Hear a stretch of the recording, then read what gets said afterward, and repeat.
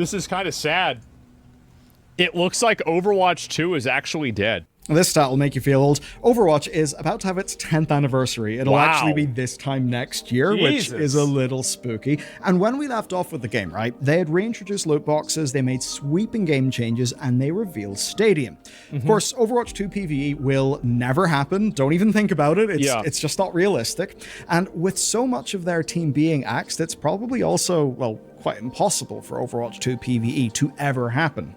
But all the stuff that they did was in an attempt to rehabilitate Overwatch. But for all of that buzz, since it all launched, I haven't really heard much, and that is why I am here today, to work out what the hell has actually happened with Overwatch. Overwatch is a great game, but an awful product. That has been my personal TLDR for this one for a long, long time. The idea being that it's fun, but it's kind of busted by the circumstances of its creation, by the... It's not interesting. That's the problem. The game's just really not that interesting. Business model stuff over the last few years, and lots of the trend-chasing brand collab skins that just make me feel old and out of touch. Not because I don't like the brands, but because I'd like my Overwatch to be Overwatch, and, you know, not be an advertisement for a bunch of other brands so everyone can make money. Anyway, all of that stuff did kind of piss players off, pissed me off, and pissed off players will not cut you any slack if you're a dev team. So it seems that's what they worked on first, getting the product part under a little bit of control. Now on that front, the Returnal loot boxes basically gave people an incentive to continue playing with only the Battle Pass as a payment. That's definitely a positive. Even the premium crossover cosmetics for WoW and Diablo are being included in the loot boxes as of Season 16. Wow, so they're getting really desperate then. Holy shit, I didn't even know this. That's pretty good. Now, we're still seeing the same high as hell rate of crossovers with Gundam and Street Fighter, but now the players don't have to pay to get access to anything. They're perhaps a bit more willing to extend Overwatch some good faith. It feels a little bit less like an aggressive relationship. So, that's Blizzard's opening.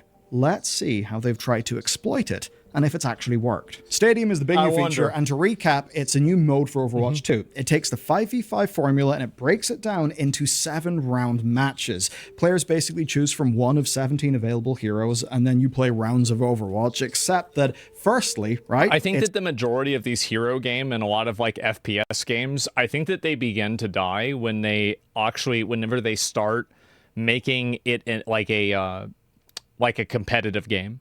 When you start making this like an esport is when the game begins to die, because most people don't care about a game being an esport. They care about a game being fun to play. Most people are not esports players, right? Just, I mean, you know, what are the odds? And so just like StarCraft, yeah. And I think in a lot of cases that's true.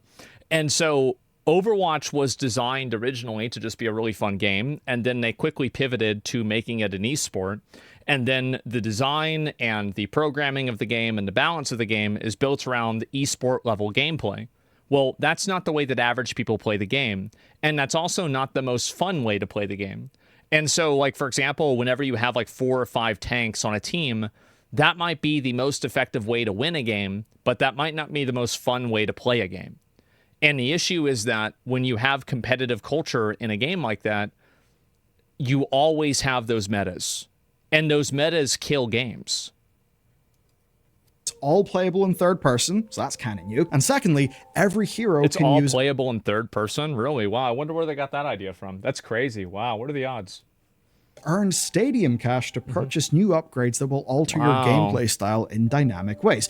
Basically, right, it's kind of like the Counter-Strike shop. Right? You do it in between rounds. There are some neat catch-up mechanics around taking out high performers so that things actually stay competitive. It's kind of neat. It's very much Overwatch's core hero ability formula, but where you're adding in a layer of complexity as you wish, as you build out their character. That's cool. And to kind of explain this, Aaron Keller broke it down in terms of 3 player needs that they've tried to hit. The first one is more downtime, like literally the time in between rounds. And that's so that Overwatch isn't just this constant objective brawl that just kind of leaves you tired. You know, you need ups and downs, you need pace. It's something that Counter-Strike does real well. The second thing is to emphasize strategy, and the third is a big one. It's to let you counter your enemies via your upgrade path for your character, rather than just, say, swapping heroes. And for a lot of people, I think that's a good point, right? I mean, that's a good idea, because like a lot of times people have like their main character they want to play, and so like if you can't play that character, you're not having fun playing the game. That's very true.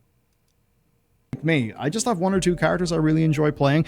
Being able to counter my opponents via upgrades without having to change, that's at least they're trying. Really that's good. So this all sounds quite great on paper, and it's clearly a fairly huge feature, not just like a random new mode like Clash. And here's what makes it interesting.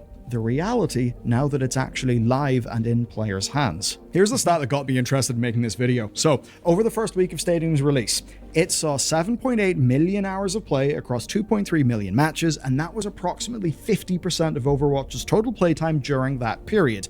So, that's pretty good. Playtime, this has had a goddamn humongous release. And broadly, the reaction seems to be consistent engagement with the actual mode. So, over here, we've been tracking the responses and, all of that stuff, keeping tabs and things. And the thing that we noticed is that it seems to be one of those quiet success things where players are just enjoying it. They're playing it. I am such a massive advocate against the metaphor of like a quiet success. Do you know what I think a quiet success usually is? A failure that you do not want to accept. Very few games are actually quiet successes. And I think that you can look at WoW as an example. Like, come on. Like, I mean, the problem is that, and this is especially true with a lot of these video games that don't share player numbers, but when every single data point that you can use, you can look at the amount of YouTube videos that are consumed, the amount of Twitch content that's consumed, the amount of searches on, websites that are about it. And I guess Overwatch, there's going to be, it's hard to really know where that's coming from. But like with a lot of these cases, you can look at all of these 3, 4, 5, 10 different points of third-party data and then make a decision off of it. And I think a really good way to look at this is you can just look at directly, you can look at, where is it? Right here. Let's see what the Steam charts are for Overwatch. And we're not looking at the number, we're looking at the trend. Overwatch 2. So let's see, is the trend causing the game to go back up and to do well? No.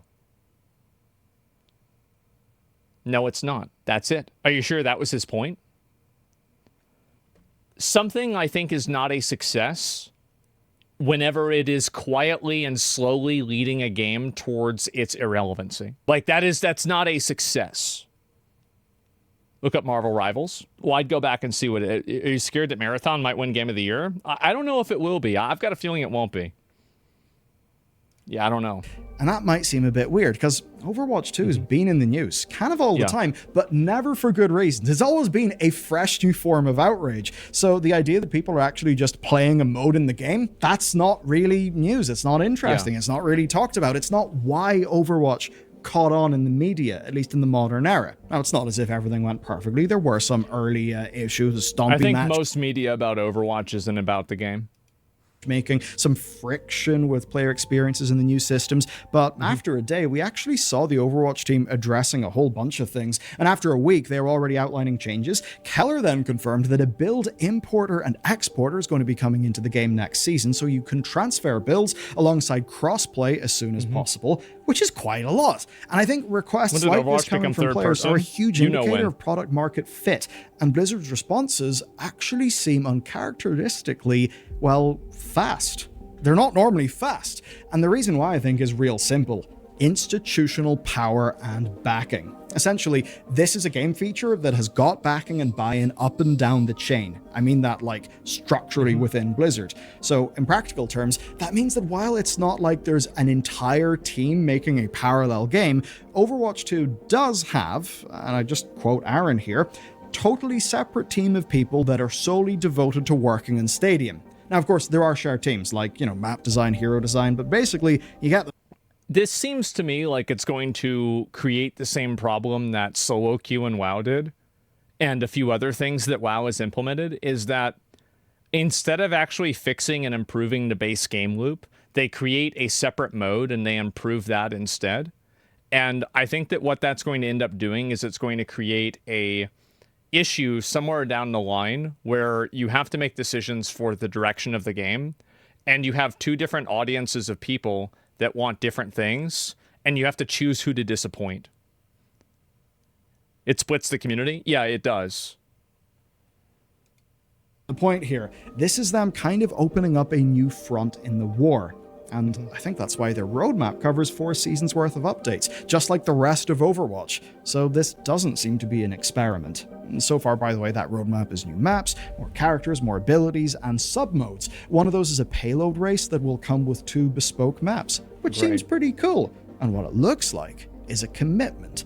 But I actually would say it isn't just that. It isn't just a commitment. What it is new. This is a new game mode. And yeah, there's inspirations from other games, but this essentially is new creativity. It's a new vision finally coming to Overwatch. To me, that's what makes all the difference. I think this is also a really great example of the thing that I say a lot, which is very true, is that competition breeds excellence. And I think that you would have probably never seen this level of innovation and change and improvement and willingness to try new things by Overwatch if Marvel Rivals didn't exist.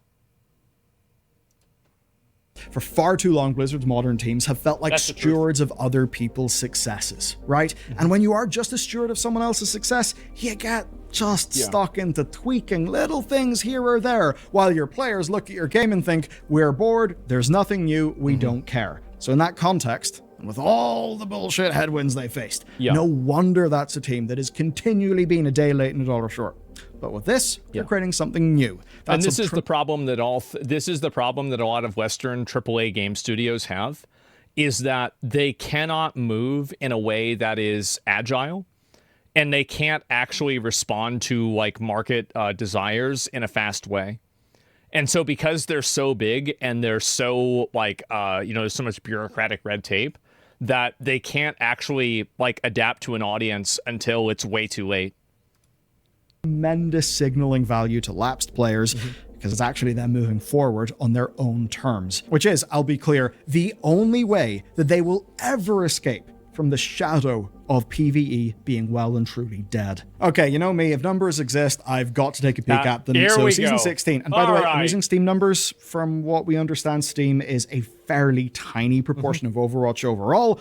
We're just using this as kind of an indicator. So Season 16 launched with a 60k peak, which is neck and neck with Season 15's 59.5k peak. And those peaks are actually of numbers that used to be their weekly norm. I mean, the overall graph really doesn't look good, does it? But as anyone in software as a service will tell you, churn is king, retention is king. And that's where this season is looking, at least initially, a little bit different. So, you know the way that movies are tracked in terms of their week-to-week box office drop? Well, Season 15's week 1 to 2 drop was 41.66% in peak numbers. Season 16's is 33.19, which is drastically lower. But there is a problem. That's just peak numbers. If you're to ask, what about the averages? Well, the data is early, but at least right now, the average player numbers do seem to be stronger. And overall, this is the way it's going to be with any sort of a game that has an established player base that's losing players over time. And the reason why is because player bases like that, what happens is that you have such a core audience that as more casual players move away from the game, that core audience remains relatively closer to the same. So as that core audience becomes a larger percentage of the player base, the fluctuations between high and low become more minimal because those fluctuations are generally with casual players primarily and not with that core player base. So when a game is going down in popularity, but the popularity is still like it's not changing as much, the reason why is because casual players are continually leaving and hardcore players are maintaining their popularity or their presence. But if they peak higher, if the peak is higher, then that's better. Yeah, definitely. It is too early to call this a success, but if retention numbers appear to be better, whilst 50% of playtime is going towards the new mode, then that certainly is a good sign. What it also can be is a pressure valve. You see, Overwatch has suffered from trying to please everybody, right? With broadly the same sort of game mode. Stadium arriving and being a better fit for a sizable chunk of players will help to ease that tension. I mean, already we've seen character-changing perks get added and be well received, plus patches to introduce and adjust those things as the feedback comes through. That's fairly agile looking, pretty good. Meanwhile, over in Ranked, well, pick bans and map voting have seemingly reinvigorated some interest. Not a transformational amount, around, but hey, some. And across both, there's now a 6v6 queue that's attracted a 25% pick rate, and so it's actually getting to stay around after a few months of testing and tweaking. Now, none of those things are generating the buzz that Stadium is able to generate, but what they do kind of represent is the foundations being stronger. And that's probably all playing into why Blizzard have opted to bring BlizzCon back for 2026 and not Overwatch 3, guys, okay? This time they mean PvE for real. Okay? Yeah, guys, for sure. This is it. 2025. Nothing impacts the future of a game more than the conditions under which that game is made. So, why did Overwatch 2 happen? I think the answer is, in many ways, tension. Because on the one hand... I heard Bobby Kotick put pressure on them to have a big release, and that's the reason why. The Overwatch devs wanted to crawl themselves towards their cancelled MMO called Titan. On the other hand, Bobby Kotick was personally invested in pushing the Overwatch esports. That was a recipe for disaster. Now, though, we have a new, perhaps slimmer Team 4 that at the very least is not left cobbling together a sequel from components of a dead PvE game that they tried to make without proper support from their C-suite. Because that's how Overwatch 2 happened. They cobbled it together in no time, and this is all happening without C-suite mandates around esports, which, to jog your memory, was absurdly overhyped at the time and was something that Bobby Kotick had, I think that's what killed Overwatch and it lost its popularity, was the Overwatch League. And it's not the league itself, it's the community that it creates and the way that it forces game design. Eye of Sauroned himself over to and seemingly latched onto from a lot of reporting. Seriously, people on the Overwatch team really seem to have hated Kotick. And while many of those staff members will never see the thing that they wanted in the game, at least to me, Stadium is this new team progressing from stewardship to authorship. And that's where I think there's a fairly significant change. And it's one that we can contrast with Apex Legends, right? Because Apex feels like managed decline. And the best way to dispel feelings of managed decline, funnily enough, is to ship new content that doesn't feel like it's an old thing that's been cheaply thrown into the microwave. In shipping Stadium, that is what they have done. Now, this is by no means a guarantee that Overwatch 2, line go up, and it's all going to be good in the future, right? It's not a guarantee of that. But I do think it marks a changing point. And if you want to understand just how bad EA's situation... I think they're trying to just do whatever they can in order to maintain their player base, and I think that makes sense, but making these crazy new modes and doing all of these new things, I think that all of that's doing is really staving off the fundamental problem that the core game loop is not great. And I think this is an issue that WoW has as well, is that instead of WoW improving the retail WoW experience, they create all of these different versions of WoW for other people to play if they're not happy with the current WoW experience. And I think that the more that you do that, the more that you have a disconnected product, and it's harder, like you're spreading yourself out more and more thin, and at a certain point, you just can't meet demand from that many different types of audiences. It's more problems. Yeah, exactly. There's an option for everything, great at none of them. Yeah, exactly. The core game loop is great. That's how people kept playing for 2 years with no content prior to Overwatch 2. But people playing it with no content, it was going down, though. Like, people were losing interest playing the game. And also, a lot of people were playing it in the anticipation of Overwatch 2. And I think that when you really saw Overwatch die was when they announced that Overwatch 2 wasn't going to happen. I think that's when the game really died. Because the game can survive on hype for years. Look at Star Citizen, for example. But if you kill people's hope for the game to grow in the future, that is very detrimental. And why the Apex Legends players are very much not happy? Well, watch our report on that situation next. Well, there it is. The League didn't kill the game. The League was doing great until YouTube, until it went to YouTube and Brig was released. Well, what I'm saying is that, like, the way that the game... I do think that leagues kill games. I do. I absolutely think so. And unless a game is made for esports, it probably shouldn't have esports. Yeah, W Video. Yeah, that's the league was too expensive. It was too much of a focus. It was disconnected from what players wanted. And Brig is fun now. Well, I don't really. I mean, like, look, I didn't play Overwatch at that time, so it's hard for me to say. But here's what I would say is that the popularity of the game, I think, has tremendously gone down. And I think one of the big reasons for why that popularity has gone down is because of games like Marvel Rivals that are more dynamic and they offer updates more often. And so that's really the main reason. I mean, like, I'm not sure, but that's kind of what I think is going to happen.